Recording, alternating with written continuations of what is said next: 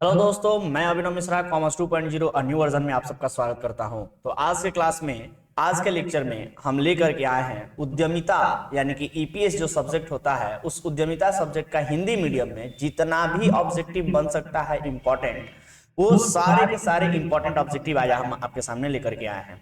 तो हमें करना क्या है कि जितने भी ईपीएस जो किताब है, उद्यमिता जो किताब है, उसमें से जितने इंपॉर्टेंट ऑब्जेक्टिव्स हैं वो सारे के सारे इंपॉर्टेंट ऑब्जेक्टिव लेकर के हम आपके सामने आए हैं। ये लास्ट रिवीजन है एग्जाम के जस्ट पहले, 1 डे बिफोर एग्जाम कह लीजिए, एग्जाम के एक दिन पहले। अगर इस लेक्चर को आप देख लेते हैं तो आपकी तैयारी उतनी हो जाएगी कि आप अच्छे नंबर ला सको। और अगर आप पहले से पढ़ाई किए हुए हो तब तो फिर सोने पे सुहागा वाली बात हो जाएगी कि सर पहले से हम पढ़े हुए थे और ये इंपॉर्टेंट क्वेश्चंस का लिस्ट जो है ये हमारे सामने लेकर के आ गए, जिससे कि हमारी तैयारी जो है और बेहतर हो सकती है। तो इसलिए बने रहिए हमारे साथ और हम लोग इस लेक्चर में जितने ज्यादा से ज्यादा चैप्टर्स हो सकते हैं वो सारे के सारे चैप्टर्स हम लोग करने वाले हैं। सारे के सारे क्वेश्चंस जो हैं वो इंपॉर्टेंट हैं, जो भी यहाँ आपके सामने दिखेंगे एकदम एग्जाम पॉइंट ऑफ व्यू से एग्जाम ओरिएंटेड क्वेश्चंस कह लीजिए इनको, ये सारे क्वेश्चंस हैं। और जितने भी चैप्टर्स हैं ईपीएस सब्जेक्ट में, उसमें से मैक्सिमम चैप्टर से जो इंपॉर्टेंट क्वेश्चंस हैं, केवल इंपॉर्टेंट क्वेश्चन, सारे क्वेश्चंस नहीं, इंपॉर्टेंट क्वेश्चंस उठा के यहाँ लाया गया है जो एग्जाम पॉइंट ऑफ व्यू के लिए जरूरी है। तो चलिए बिना टाइम वेस्ट किए शुरू करते हैं उद्यमिता सब्जेक्ट का पहला चैप्टर, जिसका नाम है उद्यमितीय या साहसिक अवसरों की अनुभूति एवं पहचान। ये पहला चैप्टर है और इसका ऑब्जेक्टिव, पहला नंबर ऑब्जेक्टिव लिखता है, क्या किसी निश्चित निर्णय के पूर्व आंतरिक संसाधनों पर ध्यान देना आवश्यक होता है? ऑप्शन नंबर ए, हाँ जरूरी है। ऑप्शन नंबर बी, नहीं जरूरी नहीं है। ऑप्शन नंबर सी, बाह्य संसाधनों के लिए जरूरी। या ऑप्शन नंबर डी, इनमें से कोई नहीं। तो बताइए इसमें चारों ऑप्शन में से कौन सा ऑप्शन सही होना चाहिए?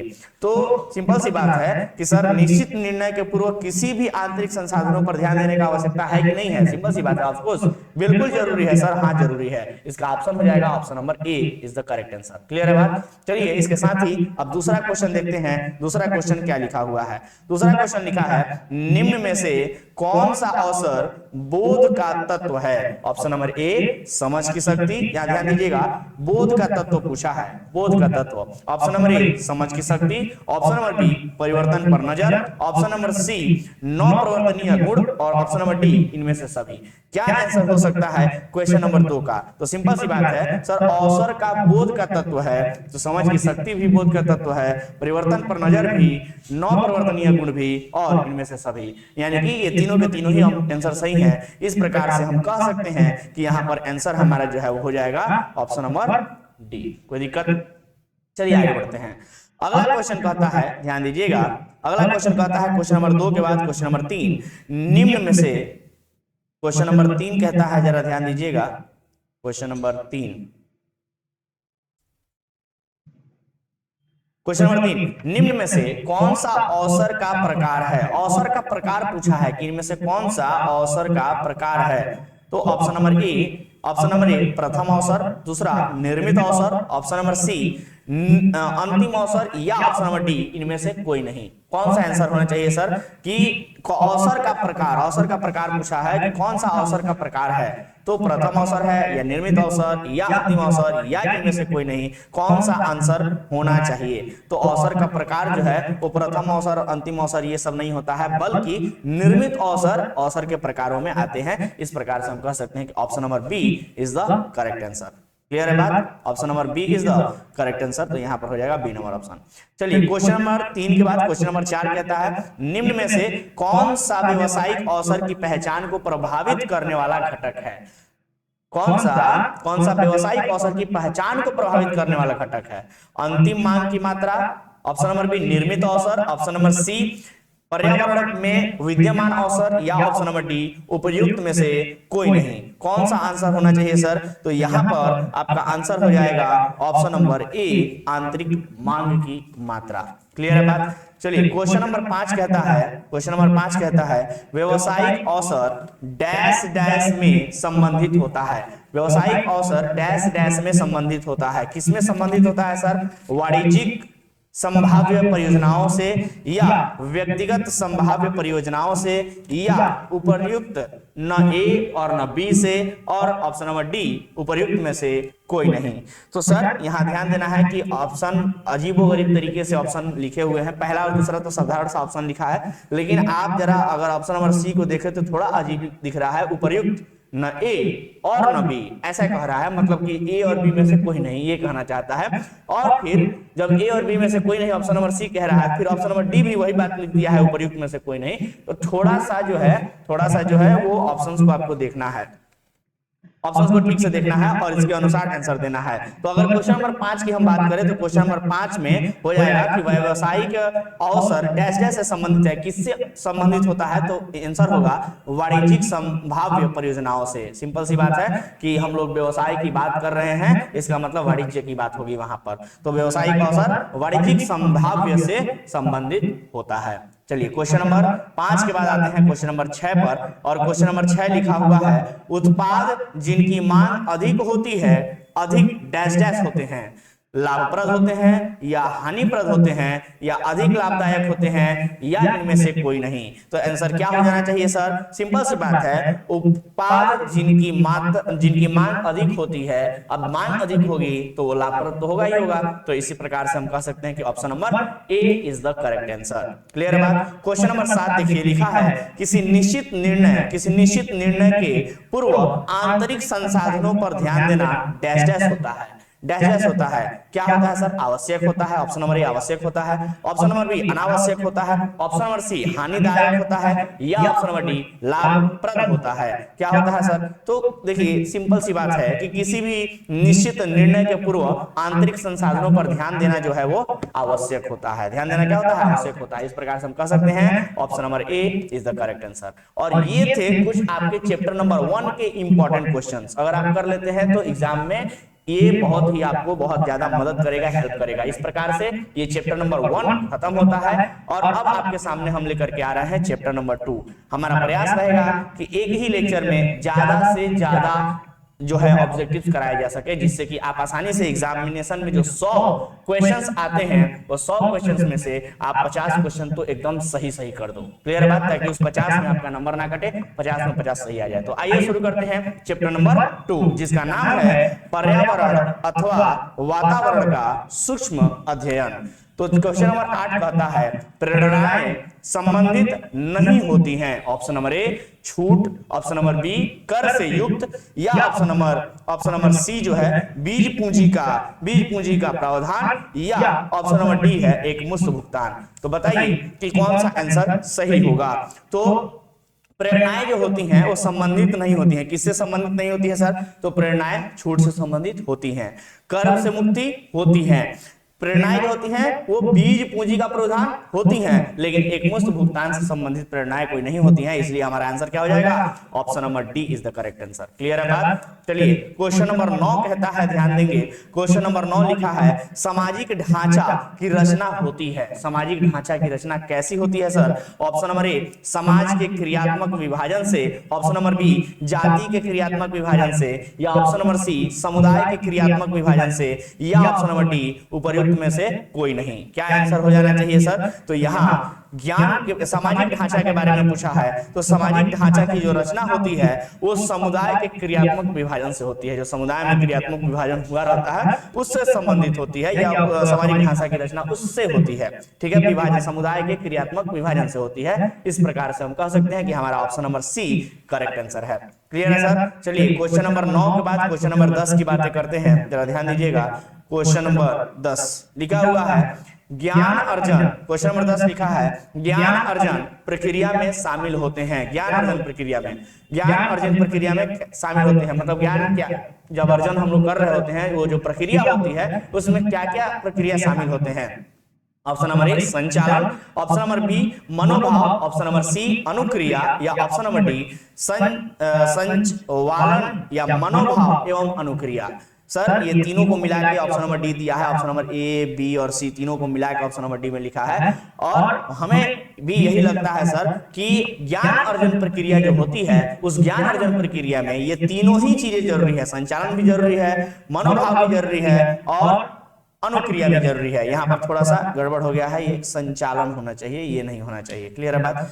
संचालन, तो संचालन, मनोभाव एवं अनुक्रिया, ये तीनों ही ज्ञान अर्जन करने की प्रक्रिया में शामिल होती है, और इस प्रकार से हम कह सकते हैं कि हमारा ऑप्शन नंबर डी जो है वो करेक्ट आंसर है। आगे बढ़ते हैं क्वेश्चन नंबर 10 के बाद क्वेश्चन नंबर 11 पे। क्वेश्चन नंबर 11 जो है वो लिखा है आर्थिक सहायता है। आर्थिक सहायता क्या है? रियायत है, बट्टा है, पुनः भुगतान है, या इनमें से कोई नहीं। क्या होना चाहिए आंसर? क्वेश्चन नंबर 11 का आंसर होना चाहिए कि आर्थिक सहायता क्या है सर? आर्थिक सहायता एक तरह से पुनः भुगतान है। पुनः भुगतान यानी फिर से भुगतान कर देना। उसके बाद आते हैं क्वेश्चन नंबर 12 पे, और क्वेश्चन नंबर 12 जो है वो लिखा हुआ है सामाजिक व्यवहार संबंधित नहीं होता। सामाजिक व्यवहार संबंधित नहीं होता, किससे संबंधित नहीं होता सर? ऑप्शन नंबर ए जनता हेतु वस्तुओं के उत्पादन से, ऑप्शन नंबर बी अनैतिक व्यवहार के परिवर्तन से, या ऑप्शन नंबर सी सामाजिक बाध्यता की पूर्ति से, या ऑप्शन नंबर डी लाभ अर्जन प्रक्रिया से। क्या आंसर होना चाहिए सर? तो क्वेश्चन नंबर 12 का आंसर क्या होना चाहिए सर? तो आंसर हो जाएगा यहाँ पर लाभ अर्जन प्रक्रिया। सामाजिक व्यवहार जो होता है वो संबंधित नहीं होता है, किसी से संबंधित नहीं होता है। तो सिंपल सी बात है, जो सामाजिक व्यवहार हम लोग करते हैं वो जनता हेतु वस्तुओं के उत्पादन से होता है। अनैतिक व्यवहार का परिवर्तन से होता है, अनैतिक व्यवहार नहीं करना होता है, उसमें परिवर्तन लाना होता है। और सामाजिक बाध्यता की पूर्ति भी करनी होती है, समाज में जिस चीज का प्रॉब्लम है उसकी पूर्ति करनी होती है। तो ये तीनों जरूरी है, लेकिन मैंने ये तीनों चीजों से संबंधित है, लेकिन किससे संबंधित नहीं है? लाभ अर्जन प्रक्रिया संबंधित नहीं है, मतलब लाभ के विषय में ज्यादा नहीं सोचना चाहिए। ऑप्शन नंबर डी जो है वो करेक्ट आंसर हो जाएगा। क्लियर है बात? चलिए क्वेश्चन नंबर आ जाते हैं 13 पे, और 13 नंबर क्वेश्चन जो है वो लिखा हुआ है, जरा गौर करेंगे। 13 नंबर क्वेश्चन लिखा है व्यवसाय का नियामक ढांचा किससे संबंधित होता है? व्यवसाय का नियामक ढांचा किससे संबंधित होता है? ऑप्शन नंबर ए व्यवसाय की दिशा से, ऑप्शन नंबर बी व्यवसाय की मात्रा से, ऑप्शन नंबर सी व्यवस्थापन से, या ऑप्शन नंबर डी इनमें से कोई नहीं। किससे संबंधित होता है सर व्यवसाय का नियामक ढांचा? तो बताइए किससे संबंधित होता है? तो जो व्यवसाय का नियामक ढांचा होता है वो व्यवस्थापन से संबंधित होता है। किससे संबंधित होता है? व्यवस्थापन से। इसलिए आंसर हो जाएगा option number C is the correct answer. Clear है बात? चलिए क्वेश्चन नंबर 14 देखेंगे। क्वेश्चन नंबर 14 लिखा हुआ है आर्थिक नीतियां क्या निर्धारित करती हैं? आर्थिक नीतियां क्या निर्धारित करती है? ऑप्शन नंबर ए व्यवसाय की दिशा निर्धारित करती है, ऑप्शन नंबर बी व्यवसाय की मात्रा निर्धारित करती है, या ऑप्शन नंबर सी व्यवसाय की दिशा एवं मात्रा दोनों निर्धारित करती है, या उपरोक्त में से कोई नहीं। ऊपर जितना लिखा हुआ है ऑप्शन उनमें से कोई भी निर्धारित नहीं करती है। तो सर यहाँ सीधा सीधा समझ में आ रहा है कि आर्थिक नीतियां जो होती हैं वो क्या क्या निर्धारित करती हैं जी? तो आर्थिक नीतियां जो हैं वो व्यवसाय की दिशा भी निर्धारित करती हैं और व्यवसाय की मात्रा भी निर्धारित करती हैं, यानी ऑप्शन नंबर ए और बी दोनों सही है, जो कि ऑप्शन नंबर सी में लिखा हुआ है कि जो आर्थिक नीतियां होती हैं व्यवसाय की दिशा एवं मात्रा दोनों निर्धारित करती हैं। इसलिए हम कह सकते हैं कि क्वेश्चन नंबर 14 जो है 14 जो है उसका आंसर हो जाएगा ऑप्शन नंबर सी। क्लियर है? और इस प्रकार से हम देख सकते हैं कि हमारा दूसरा चैप्टर भी खत्म होता है। जो भी इंपॉर्टेंट क्वेश्चंस थे दूसरे चैप्टर से वो भी हम लोगों ने खत्म किया। ये सिलेक्टेड कुछ इंपॉर्टेंट क्वेश्चंस हैं, अगर आप इसको कर लेते हैं तो एग्जामिनेशन में बहुत ज्यादा मदद हो सकता है। चलिए सर आइए अब फटाफट बिना टाइम वेस्ट किए हम आते हैं चैप्टर नंबर 3 पे, और चैप्टर नंबर 3 हम करते हैं क्वेश्चन नंबर 15 से। चलिए ध्यान दीजिए, क्वेश्चन नंबर 15 लिखा हुआ है बाजार की मांग को निम्न में से क्या कहते हैं? ऑप्शन नंबर ए मांग की भविष्यवाणी, ऑप्शन नंबर बी वास्तविक मांग, ऑप्शन नंबर सी पूर्ति, या ऑप्शन नंबर डी इनमें से कोई नहीं। क्या होना चाहिए सर? बाजार की मांग को क्या कहते हैं? बाजार की मांग को मांग की भविष्यवाणी। बाजार की मांग को क्या कहते हैं? मांग की भविष्यवाणी कहते हैं, इसलिए ध्यान रखिएगा। Option number A is the correct answer. आगे बढ़ते हैं क्वेश्चन नंबर 16 पे आते हैं, 16 पे आते हैं, और क्वेश्चन नंबर 16 लिखा हुआ है कंपनी का विपणन वातावरण उन सब घटकों या शक्तियों से होता है जिनका विपणन प्रबंध की क्षमता को विकसित करने तथा वांछित उपभोक्ताओं को सफलतापूर्वक विपणन क्रियाओं को करने से होता है। यह कथन किसका है? किसने कहा था यह कथन? क्रेवेल्स ने कहा था, या कोटलर एवं आर्मस्ट्रांग ने कहा था, या मार्शल ने कहा था, या थॉमस ने कहा था?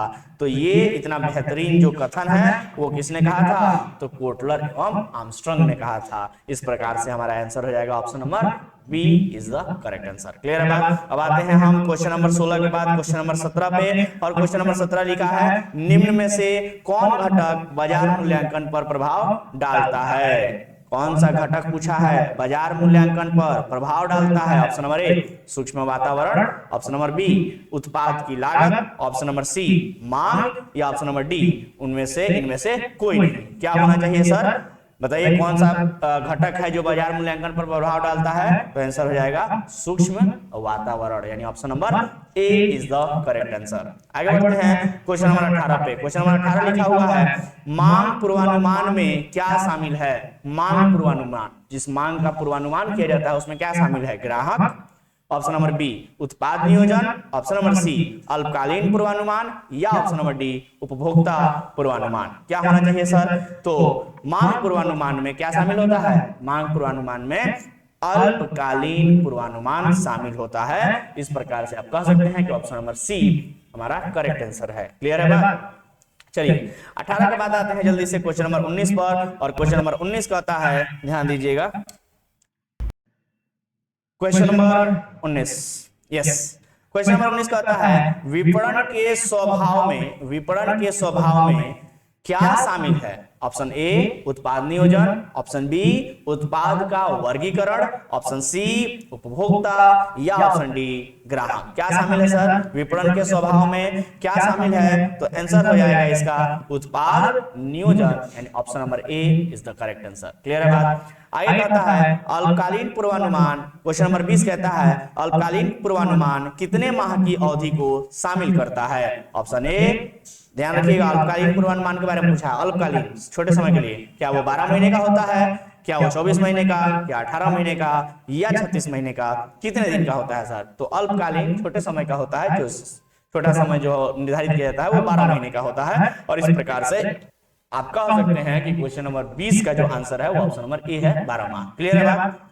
चलिए सर क्वेश्चन नंबर 20 के बाद आ जाते हैं 21 पर, और 21 नंबर क्वेश्चन कहता है मांग पूर्वानुमान को निम्न में से किस रूप में जाना जाता है। ऑप्शन नंबर ए विपणन, ऑप्शन नंबर बी बाजार मांग, ऑप्शन नंबर सी मांग एवं पूर्ति, या ऑप्शन नंबर डी उपरोक्त सभी। बताइए किस रूप में जाना जाता है मांग पूर्वानुमान को। तो इसका आंसर हो जाएगा बाजार मांग, option number B is the correct answer. और इस प्रकार से हम देख सकते हैं कि तीसरा चैप्टर का जो भी इंपॉर्टेंट ऑब्जेक्टिव क्वेश्चन था वो भी हम लोगों ने खत्म कर लिया। और अब आते हैं हम क्वेश्चन नंबर चैप्टर नंबर 4 पे। तो चलिए ध्यान दीजिएगा चैप्टर नंबर 4 क्या कहता है, और चैप्टर नंबर 4 का जो नाम है वो है उद्यमितीय या साहसिक सुअवसर की पहचान एवं व्यवहार्यता अध्ययन। तो सर ये जो चैप्टर नंबर 4 है इसमें से जो भी इंपॉर्टेंट ऑब्जेक्टिव्स बनते हैं वो आपके सामने हैं। चलिए शुरू करते हैं, जो कि क्वेश्चन नंबर 22 से शुरू होने वाले हैं। लिखा है क्वेश्चन नंबर 22 में लिखा है निम्न में से कौन सी उत्पाद या सेवा का चुनाव करते समय ध्यान रखना जरूरी है। प्रतियोगिता का, उत्पादन लागत का, लाभ की संभावना का, या उपरोक्त सभी का। किसका ध्यान रखना जरूरी है सर, किसका ध्यान रखना जरूरी है। तो आंसर हो जाएगा कि सर देखिए ध्यान से, कह रहा है कि उत्पाद या सेवा का चुनाव करते समय, है ना, उत्पाद या सेवा का चुनाव करते समय प्रतियोगिता का भी ध्यान रखना जरूरी है, उत्पादन लागत का भी ध्यान रखना जरूरी है, लाभ की संभावना का भी ध्यान रखना जरूरी है। और इस प्रकार से हम कह सकते हैं कि उपरोक्त सभी का ध्यान रखना जरूरी है। Option number D is the correct answer. Question number 23 कहता है निम्न में से किसका उत्पाद या सेवा का चुनाव करते समय ध्यान जरूरी नहीं है। कौन सी ऐसी चीज है जिसमें ध्यान रखना उतना जरूरी नहीं है। ऑप्शन नंबर ए बाजार का निर्धारण, ऑप्शन बी व्यवहारिकता, ऑप्शन सी प्रतियोगिता, या ऑप्शन डी उत्पाद नियोजन।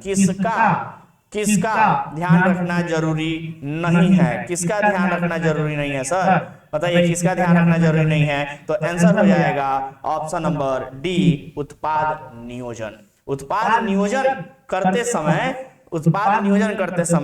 उत्पाद या सेवा का चुनाव उत्पाद या सेवा का चुनाव करते समय उत्पाद नियोजन को ध्यान में रखना विशेष जरूरी नहीं है। क्लियर है बात। चलिए इस प्रकार से क्वेश्चन नंबर 23 के बाद हम आ जाते हैं क्वेश्चन नंबर 24 पे, जो कि लिखा हुआ है उद्यमी को निम्न में से कौन सा दायित्व पूरा करने के लिए कौन सा दायित्व पूरा करने का उत्तरदायित्व है। ऑप्शन ए सांविधिक, या ऑप्शन बी प्रबंधकीय, या ऑप्शन सी ए और बी दोनों, या ऑप्शन नंबर डी इनमें से कोई नहीं। क्या आंसर होना चाहिए सर? तो क्वेश्चन नंबर 24 का आंसर हो जाएगा कि सर क्या चीज यहाँ पूछा था क्वेश्चन, जरा क्वेश्चन को एक बार फिर से गौर से देख लेंगे। क्वेश्चन पूछा था कि उद्यमी को निम्न में से कौन सा दायित्व पूरा करने का उत्तरदायित्व है, मतलब कौन से उत्तरदायित्व को उद्यमी जो है वो पूरा करेगा, सांविधिक या प्रबंधकीय या दोनों का, या इनमें से कोई नहीं। तो सर उद्यमी जो होता है ना, उसे सांविधिक क्रियाएं जो होती हैं, सांविधिक जो दायित्व होता है उसे पूरा करने का दायित्व उसके ऊपर होता है। और इस प्रकार से हम कह सकते हैं कि क्वेश्चन नंबर 24 का जो आंसर होगा वो ऑप्शन नंबर ए हो जाएगा।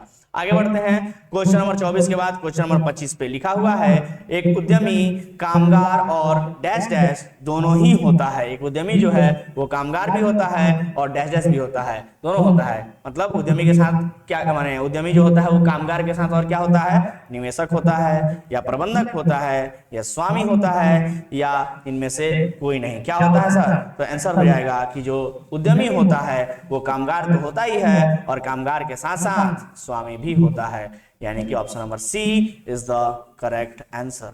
क्लियर है बात? चलिए ध्यान दीजिएगा, आगे बढ़ते हैं। सब मिटा देते हैं थोड़ा एक बार जल्दी से। यस चलिए ध्यान दीजिए। उसके बाद अब बढ़ते हैं हम लोग क्वेश्चन नंबर 25 के बाद क्वेश्चन नंबर 26 पे। और क्वेश्चन नंबर 26 लिखा हुआ है व्यवहार्यता अध्ययन में निम्न में से किसका अध्ययन किया जाता है? लागत का, मूल्य का, संचालन का, या उपरोक्त सभी का? किसका अध्ययन किया जाता है सर? व्यवहार्यता अध्ययन में किसका अध्ययन किया जाता है? तो बता दें कि लागत का अध्ययन होता है, साथ में मूल्य का भी अध्ययन किया जाता है, संचालन का भी अध्ययन किया जाता है, और इस प्रकार से हम कह सकते हैं कि ऑप्शन नंबर डी हमारा सही है, उपयुक्त सभी का अध्ययन किया जाता है। क्लियर है बात? इस प्रकार से हम लोगों ने क्वेश्चन कर लिया 26 और साथ ही हमारा चैप्टर नंबर 4 जो है वो समाप्त हो जाता है। अब हम लोग शुरू करते हैं चैप्टर नंबर 5 जो कि शुरू होता है क्वेश्चन नंबर 27 से, और चैप्टर नंबर 5 का नाम हो जाएगा उपक्रम का चुनाव एवं स्थापना। उपक्रम का चुनाव एवं स्थापना चैप्टर नंबर 5 क्वेश्चन नंबर 27 से जो सेलेक्टेड इंपॉर्टेंट क्वेश्चंस हैं वो आपके सामने है। तो चलिए बिना देर किए चैप्टर नंबर 5 को भी निपटाते हैं। लिखा हुआ है, ध्यान, आज का हमारा कोशिश रहेगा कि ज्यादा से ज्यादा चैप्टर्स कवर कर लिए जाए। हो सकता है जितना ज्यादा हो सके उतना कवर कर लिया जाए, हालांकि चैप्टर्स बहुत सारे हैं बट फिर भी हमारा प्रयास रहेगा कि ज्यादा से ज्यादा चैप्टर्स कर लिए जाए। ठीक है, चलिए चैप्टर शुरू करते हैं चैप्टर नंबर 5। बस बने रहिए क्योंकि अब एग्जाम का टाइम है, इतना भी नहीं पढ़ाई कीजिएगा थोड़ा देर ज्यादा, तो फिर एग्जाम कैसे क्लियर होगा बढ़िया नंबरों से, इसलिए जरूरी है थोड़ा सा ध्यान दीजिए।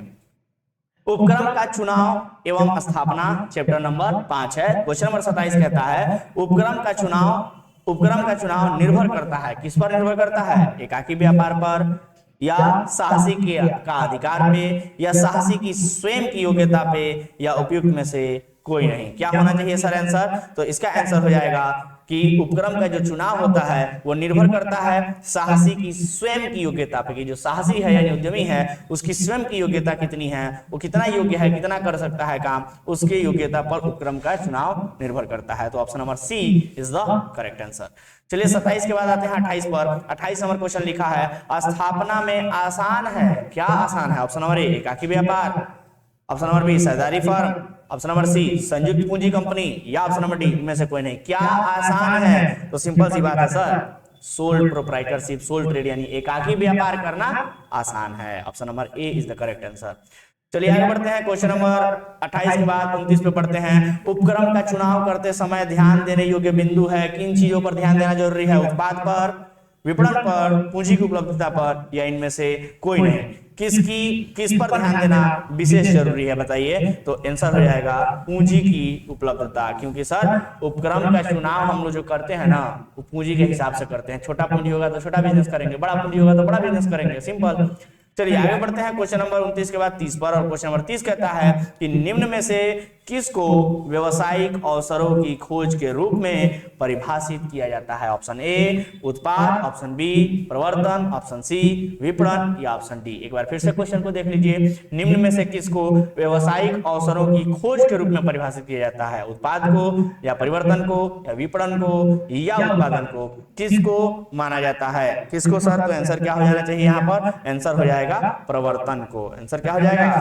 प्रवर्तन को माना जाता है क्या, या परिभाषित किया जाता है। ऐसे हम लोग बोल सकते हैं कि प्रवर्तन को व्यवसायिक अवसरों की खोज के रूप में परिभाषित किया जाता है। क्लियर है बात?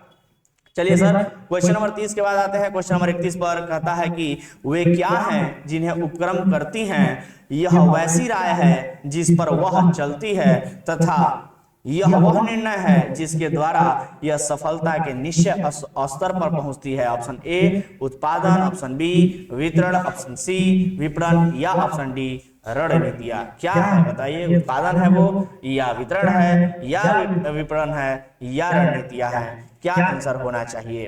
तो यहाँ आंसर होना चाहिए सर रणनीतियां, यानी रणनीतियां ही वह है जिन्हें उपक्रम करती हैं, और यह रणनीतियां ही हैं जो ऐसी राय हैं जिस पर वह चलती हैं तथा वह निर्णय है जिसके द्वारा यह सफलता के निश्चित स्तर पर पहुंचती है। ये रणनीतियां ही हैं।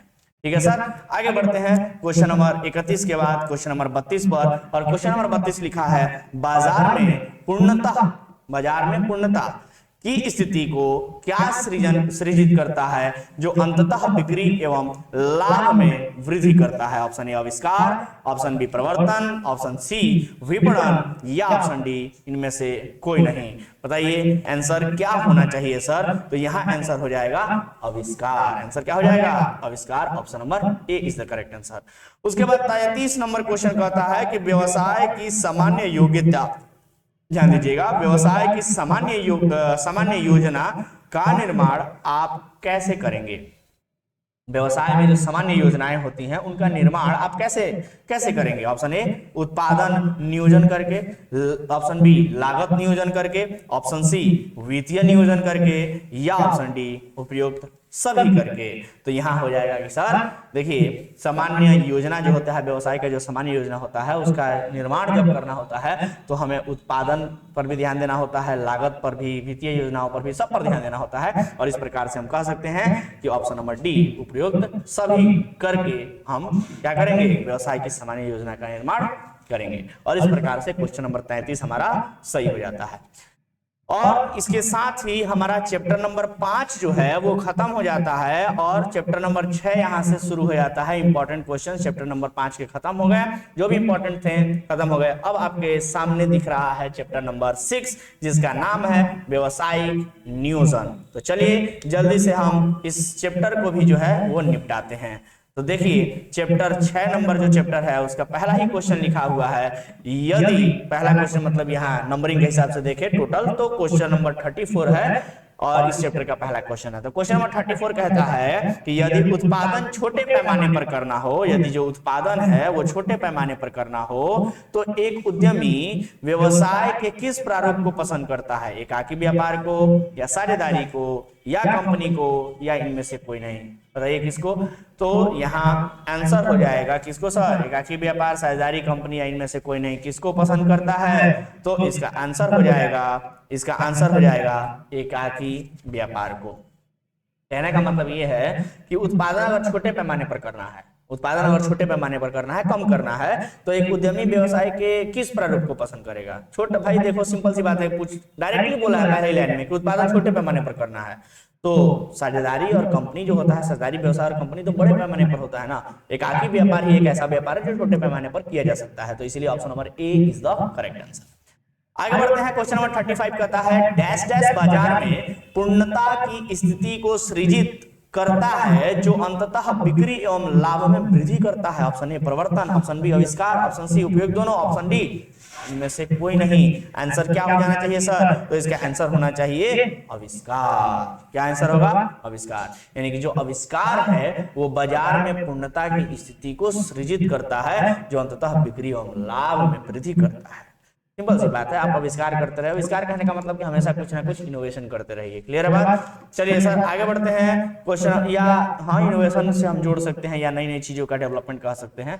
आगे कहता है क्वेश्चन नंबर 36, डैश डैश व्यवसायिक अवसरों की खोज के रूप में परिभाषित की जाती है। देखिए ये कुछ देर पहले भी हमें मिला था, ये कुछ देर पहले भी हमें मिला था।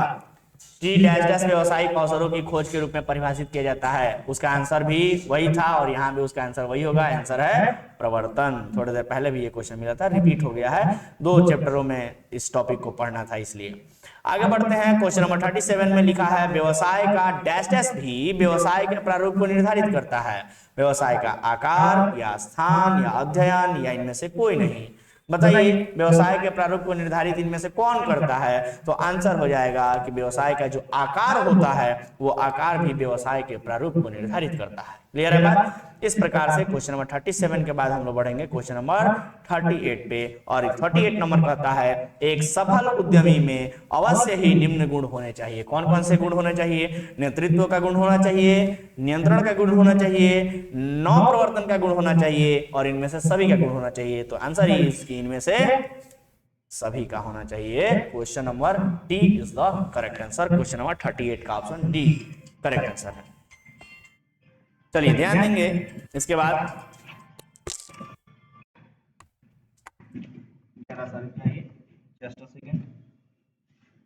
जी। तो जैसा कि हमने कहा कि इनमें से सभी जो है ये आंसर हो जाएगा क्वेश्चन नंबर 38 का।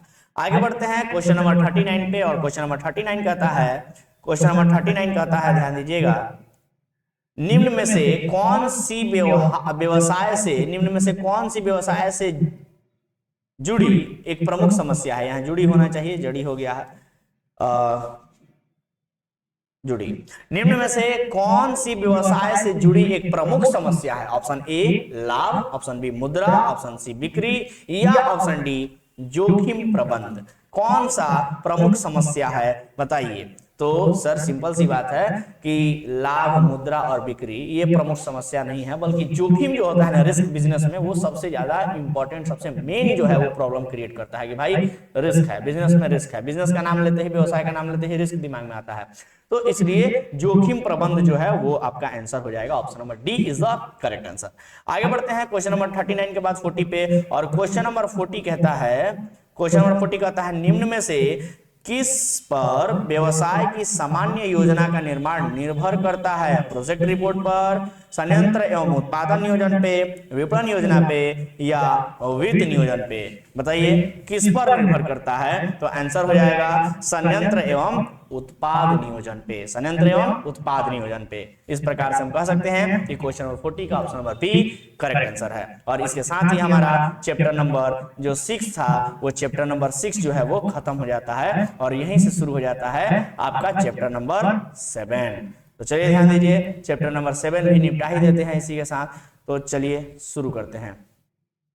ध्यान दीजिए चैप्टर नंबर 7 में पहला ही क्वेश्चन जो है वो लिखा हुआ है। चैप्टर नंबर 7 का जो पहला क्वेश्चन है वो लिखा है, थोड़ा सा इसको और साइज में कर लेते हैं अच्छे से। यस, नाउ ये ठीक है, अब ठीक है। क्वेश्चन नंबर 7 का जो पहला क्वेश्चन है वो आपके नंबर, सीरियल नंबर के हिसाब से जो है वो पड़ेगा आपका क्वेश्चन नंबर 41, क्वेश्चन नंबर 41। और क्वेश्चन नंबर 41 लिखा हुआ है, ध्यान दीजिएगा, क्वेश्चन नंबर 41 लिखा हुआ है परियोजन पहचान व्यवसाय करती है, परियोजन पहचान व्यवहार करती है। ऑप्शन ए व्यवहार्य परियोजन विचार से, ऑप्शन बी तार्किक अवसर से, या ऑप्शन सी प्रभावशाली मांग से, या ऑप्शन डी इनमें से कोई नहीं। क्या आंसर होना चाहिए सर? परियोजना पहचान व्यवहार करती है, किससे व्यवहार करती है? तो आंसर हो जाएगा कि जो परियोजना होती है वो पहचान व्यवहार करती है व्यवहार्य परियोजना विचार से, यानी option number A is the correct answer. चलिए इसके साथ ही आगे बढ़ते हैं और क्वेश्चन नंबर हम शुरू करते हैं। क्वेश्चन नंबर 41 के बाद क्वेश्चन नंबर 42 पे। चलिए ध्यान दीजिए, क्वेश्चन नंबर 42 जो है वो कहता है परिमाणनीय परियोजनाओं से निम्नलिखित संबंधित नहीं है। ऑप्शन नंबर ए बिजली उत्पादन, ऑप्शन बी खनिज उत्पादन, ऑप्शन सी परिवार कल्याण या ऑप्शन नंबर डी जलपूर्ति। क्या संबंधित नहीं है सर? तो आंसर हो जाएगा इसका परिवार कल्याण। Option number C is the correct answer.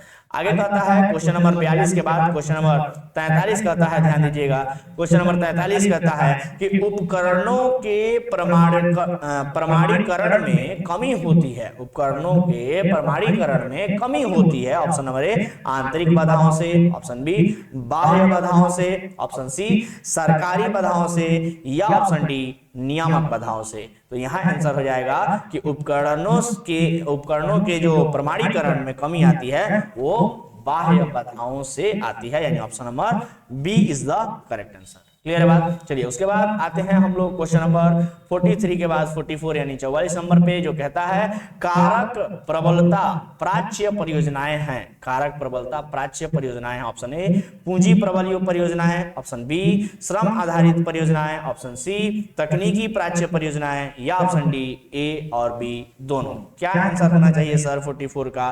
तो 44 का यहाँ आंसर हो जाएगा कि देखिए जो कारक प्रबलता प्राच्य परियोजनाएं हैं, सॉरी ये इधर कहां जा रहा है, ओके ध्यान दीजिए, सही है।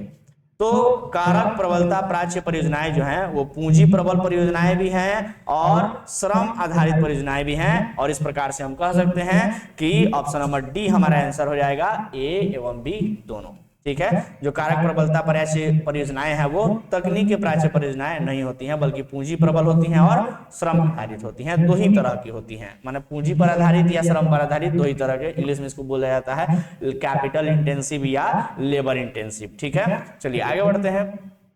क्वेश्चन नंबर कितना था ये आपका क्वेश्चन नंबर 44 हो गया। अब 44 के बाद अब आ जाते हैं 45 पर, जो कहता है कि एक परियोजना है। क्या है एक परियोजना? ऑप्शन ए गतिविधियों का समूह, ऑप्शन बी एकल गतिविधि, ऑप्शन सी असंख्य गतिविधियों का समूह, या ऑप्शन डी इनमें से कोई नहीं। तो बताइए आंसर क्या होना चाहिए? तो इसका आंसर हो जाएगा कि एक परियोजना जो है वो गतिविधियों का समूह है, यानी option number A is the correct answer. Clear है बात? आगे कहते हैं क्वेश्चन नंबर 44 के बाद 45 पर। 45 नंबर जो क्वेश्चन है, 45 सॉरी हो गया, 46 पर आते हैं, और 46 नंबर क्वेश्चन कहता है परियोजना का जीवन चक्र निम्नलिखित से संबंधित नहीं होता है। ऑप्शन ए विनियोग, ऑप्शन बी पूर्व चरण, ऑप्शन सी रचनात्मक चरण, या ऑप्शन डी जो है वो सामान्यीकरण चरण। देखिए तो एक बार फिर से इसको दोहरा लेते हैं कि परियोजना का जीवन चक्र निम्नलिखित से संबंधित नहीं होता है, माने किससे संबंधित नहीं होता है? ऑप्शन ए क्या विनियोग पूर्व चरण से संबंधित नहीं होता है, या ऑप्शन बी रचनात्मक चरण से संबंधित नहीं होता है, या ऑप्शन सी रचनात्मक चरण। अच्छा, कंफ्यूजन इसलिए ही हो रहा था कि रचनात्मक चरण यहाँ ऑप्शन में दो बार लिख दिया गया है, ऑप्शन बी में भी और सी में भी, और फिर ऑप्शन डी में लिखा है सामान्यीकरण चरण। तो आपको बता दें कि जो परियोजना का जीवन चक्र होता है वो विनियोग पूर्व चरण से संबंधित होता है, और रचनात्मक चरण से भी होता है। तो यहाँ ऑप्शन बी और सी दोनों सेम ही लिख दिया है, तो हम कहेंगे कि ये भी यानी होता है, लेकिन सामान्यीकरण चरण से नहीं होता है, यानी option number D is the correct answer. क्योंकि पूछा था कि किससे संबंधित नहीं होता है, तो सामान्यीकरण चरण से संबंधित नहीं होता है। आगे बढ़ते हैं क्वेश्चन नंबर 46 के बाद क्वेश्चन नंबर 47 पर लिखा है परियोजना निम्न से संबंधित नहीं होती। ऑप्शन ए नव प्रवर्तन, ऑप्शन बी कल्पना शक्ति, ऑप्शन सी जोखिम, ऑप्शन डी सृजनता। किससे संबंधित नहीं होती? परियोजना किससे संबंधित नहीं होती है? क्वेश्चन नंबर 47 कहता है, जिसका आंसर हो जाएगा सृजनता से संबंधित नहीं होती, यानी कि option number D is the correct answer.